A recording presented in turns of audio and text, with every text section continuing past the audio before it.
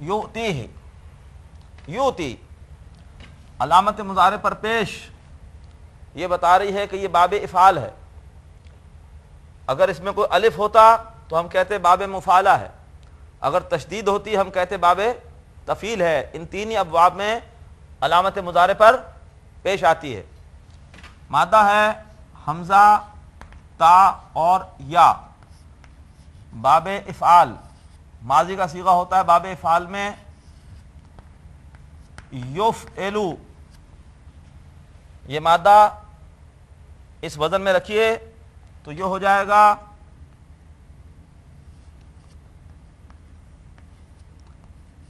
You تے you. واو پڑھا نہیں جائے گا، واو صرف حمزہ کی کرسی کے طور پر آیا ہے. اگر حمزہ سے پہلے زبر ہو تو حمزہ کی کرسی الف ہوتی ہے، اگر حمزہ سے پہلے زیر ہو تو اس کی کرسی یا بنتی ہے، اور اگر حمزہ سے پہلے پیش ہو تو اس کی کرسی واو بنتی ہے. تو یؤتیو. اور یہ بات ہم کئی مرتبہ پڑھ چکے کہ اگر یا مضموم، اگر یا پر ضمہ یا پیش ہو اور اس سے پہلے زیر ہو تو وہ یا ساکن ہو جاتی ہے، تو یہ ہو جائے گا یؤتی، یؤتی. تو یہاں پر یہی الفاظ ہیں یؤتی، اور ہی کی ضمیر فضل کی طرف ہے. آتا یؤتی باب افعال میں اس کا مطلب ہوتا ہے دینا. ذالک فضل اللہ، وہ اللہ کا فضل ہے. یؤتی ہی، یؤتی مضارع کا پہلا صیغہ وہ دیتا ہے، یعنی اللہ دیتا ہے، وہ دیتا ہے اسے، وہ اللہ کا فضل ہے، وہ دیتا ہے اس کو، یعنی اللہ دیتا ہے اپنے فضل کو. یؤتیہ من یشاء، من یشاء، یشاء، یشاء اس کا مادہ ہوتا ہے شین، یا اور حمزہ. اور یہ آتا ہے، اگر آپ غور کریں گے دیکھیں گے ڈکشنری میں تو یہ آتا ہے باب فتح سے، اور علامت مضارع یا بتا رہی ہے کہ مضارع کا صیغہ ہے. یہ مضارع کا پہلا صیغہ یشاء، باب فتح میں مضارع کا پہلا صیغہ ہوتا ہے یفتح. تو یہ اصل میں بنے گا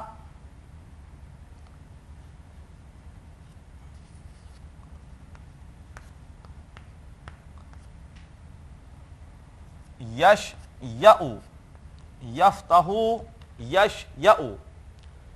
اب یہ زبر یہ پیچھے منتقل ہوگی.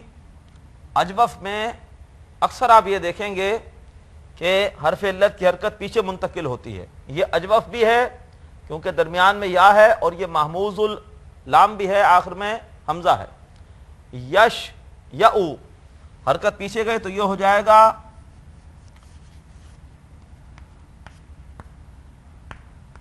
یشیء، یشیء، زبر پیچھے چلی گئی یشیء.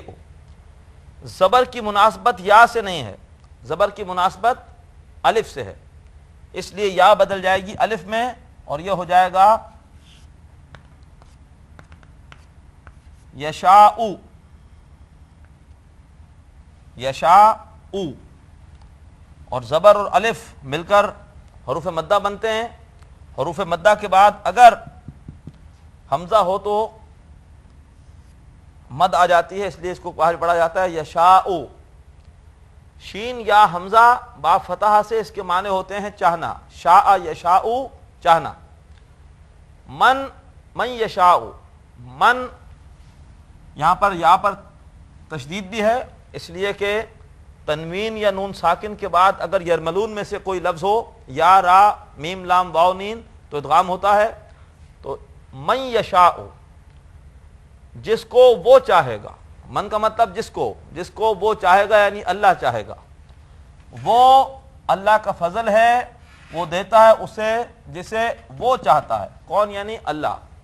اللہ اپنا فضل اس کو دیتا ہے جس کو اللہ چاہتا ہے. ذالک فضل اللہ یؤتیہ من یشاء.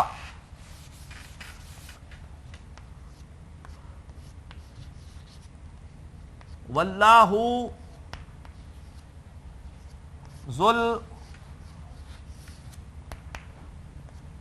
الفضل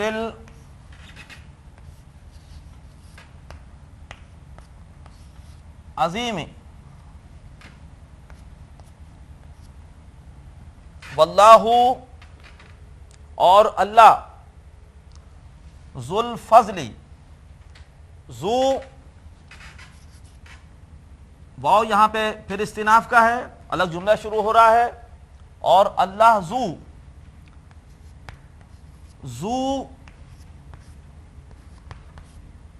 ذا اور زی، یہ حالت رفع میں ذو استعمال ہوتا ہے، حالت نصب میں ذا، اور حالت جر میں زی، ذو ذا زی۔ یہ خاص انداز ہے جو کہ عربی میں کچھ اسما کا ہے، جبکہ وہ مضاف کے طور پہ آتے ہیں، تو وہ حالت رفع میں ذو ذا، نصب میں ذا اور جر میں زی، جیسے ابو، ابا، ابی، اخو، اخا، اخی، فو، فا، فی۔ ایک اور لفظ ہوتا ہے ہنو، ہنا، ہنی۔ ایک لفظ اور بھی ہوتا ہے، اس کو بھی دیکھ لیجئے، ہمو، ہما، ہمی۔ یہ اسماء ستہ مکبرہ ہیں۔ پہلا ہے ذو، جس کا مطلب ہوتا ہے والا، ابو کا مطلب والد، اخو کا مطلب بھائی، فو کا مطلب منہ، ماؤتھ، ہنو کا مطلب کوئی بھی شے، چیز، اور ہمو کا مطلب ہوتا ہے دیور یا جیٹھ یا سسر۔ جو بھی مردوں میں سسرالی رشتہ دار ہوتا ہے اس کے لیے عربی میں ہمو کے الفاظ استعمال ہوتے ہیں۔ جیسے حدیث میں جب پردے کے احکامات آئے تو کسی نے پوچھا کہ کیا دیور سے پردہ ہے، تو آپ نے فرمایا الہم و موتن، کہ دیور تو موت ہے، اس سے تو پردہ بہت زیادہ ہے، اس لیے کہ وہ گھر پر ہوتا ہے اور اس سے زیادہ خطرہ ہے کسی بھی خاتون کی ناموس کو۔ تو دیور، جیٹھ یا سسر کے لیے الفاظ آتے ہیں۔ تو یہ 6 اسماء ہیں جو کہ اسماء ستہ مکبرہ کہلاتے ہیں۔ میں نے بھی آپ کو جو حدیث سنائی الہم و موتن، یہ بخاری کی حدیث ہے۔ تو ذو یہاں پر آیا ہے اسماء ستہ مکبرہ میں سے۔ اسماء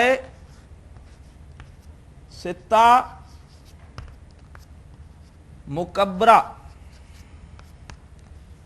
یہ جب مضاف کے طور پر آتے ہیں تو ان کی گردان اس انداز کی ہوتی ہے، ذو ذا زی، ابو ابا ابی، اخو اخا اخی۔ واللہ ذو الفضل العظیم، یہ مضاف کے طور پر ہے ذو، اور یہ مضاف الیہ ہے ذو الفضل، فضل والا، اور فضل کی آگے صفت آ رہی ہے العظیم، اور اللہ بڑے فضل والا ہے، اور اللہ بڑے فضل والا ہے۔ ذالک فضل اللہ، وہ اللہ کا فضل ہے، یؤتیہ، وہ دیتا ہے اسے، من یشاء، جس کو وہ چاہتا ہے، اور اللہ بڑے فضل والا ہے۔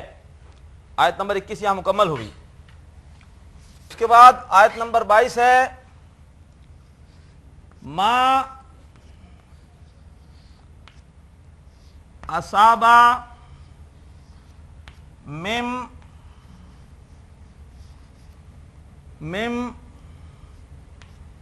مصیبت، ما موصولہ ہے جو، اصابہ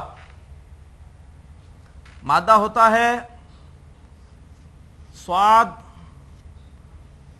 واو اور با، اور حمزہ پر زبر یہ بتا رہا ہے کہ یہ باب افعال ہے۔ باب افعال میں ماضی کا صیغہ افعلہ کے وزن پر، باب افعال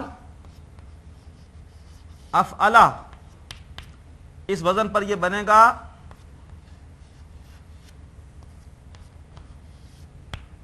اسوبہ، اور اجوف ہے، اجوف میں حرف علت کی حرکت پیچھے جاتی ہے، یہ حرکت پیچھے جائے گی اور یہ ہو جائے گا اسوبہ۔ زبر کی مناسبت واو سے نہیں ہے، الف سے ہے، واو بدل جائے گا کس میں؟ الف میں، یہ ہو جائے گا اصابہ۔ اور باب افعال میں اس مادے سے مفہوم ہوتا ہے اصابہ یصیبو، آ پڑنا، آ جانا۔ ما اصابہ، معاف کیجئے گا، ما یہاں پہ ہے نافیہ، موصولہ نہیں ہے، موصولہ نہیں ہے، نافیہ ہے۔ ما اصابہ نہیں آتی، من مصیبت، مصیبت میں سے، نہیں آتی مصیبت میں سے۔ ما اصاب من مصیبت، مصیبت اس کا مادہ بھی صاد واو اور با ہے، اور یہ اسم الفاعل کی مؤنث ہے۔ باب افعال میں دیکھیے اسم الفاعل کیسے بنتا ہے؟ مضارع کے صیغے سے۔ باب افعال میں مضارع کا صیغہ ہوتا ہے یفعلو، اور اس سے اسم الفاعل کیسے بنتا ہے؟ ہم اس سے پہلے کئی دفعہ بنا چکے ہیں۔ علامت مضارع ہٹائیے، اس کی جگہ میم لگائیے پیش والا، عین کلمے پر زیر دیجئے، لام کلمے پر تنوین، یہ بن گیا اسم الفاعل مفعل۔ مادہ پلیس کیجئے صاد واو با، تو یہ ہو جائے گا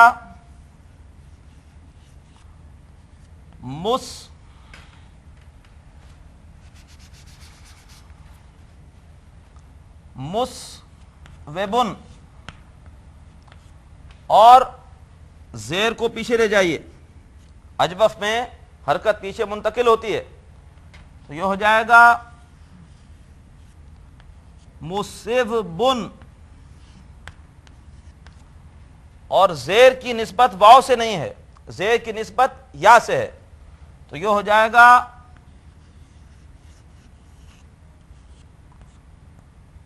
مصیبن، اور جب آپ اس کی مؤنث بنائیں گے تو آخر میں گول تا لگا دیں گے اور یہ ہو جائے گا مصیبتن۔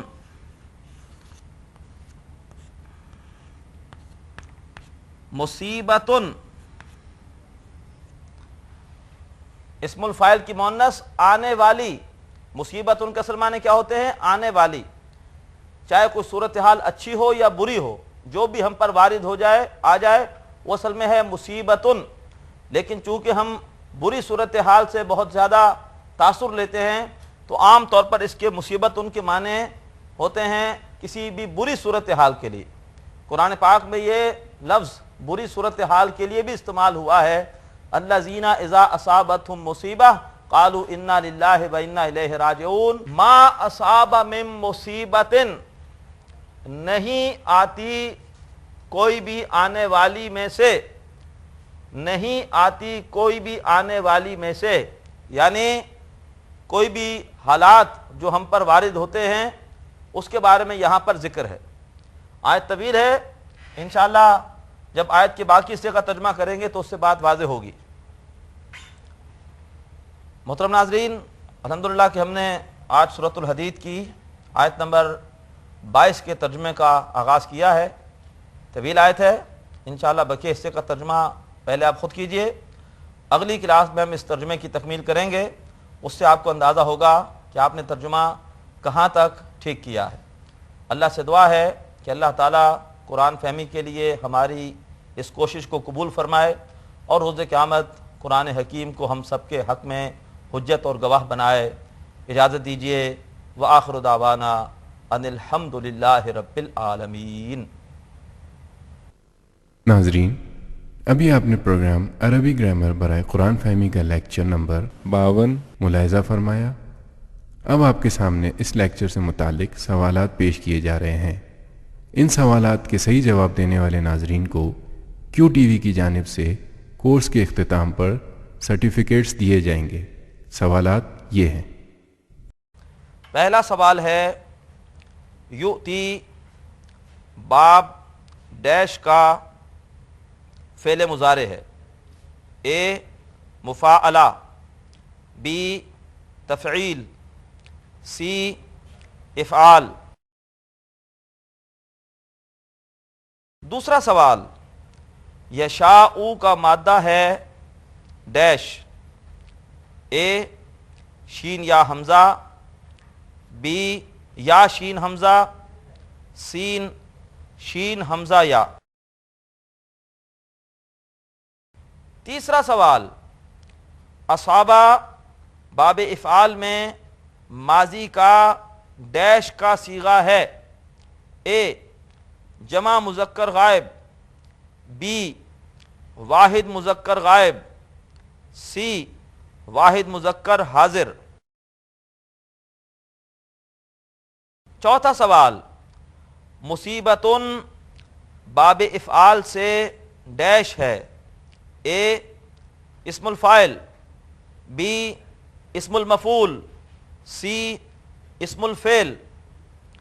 محترم ناظرین، سوالات ایک بار پھر سماعت فرمائیے۔ پہلا سوال ہے، یؤتی باب ڈیش کا فعل مضارع ہے، اے مفاعلہ، بی تفعیل، سی افعال۔ دوسرا سوال، یشاء کا مادہ ہے ڈیش، اے شین یا حمزہ، بی یا شین حمزہ، سین شین حمزہ یا۔ تیسرا سوال، اصابہ باب افعال میں ماضی کا ڈیش کا صیغہ ہے، اے جمع مذکر غائب، بی واحد مذکر غائب، سی واحد مذکر حاضر۔ چوتھا سوال، مصیبتن باب افعال سے ڈیش ہے، اے اسم الفاعل، بی اسم المفعول، سی اسم الفعل۔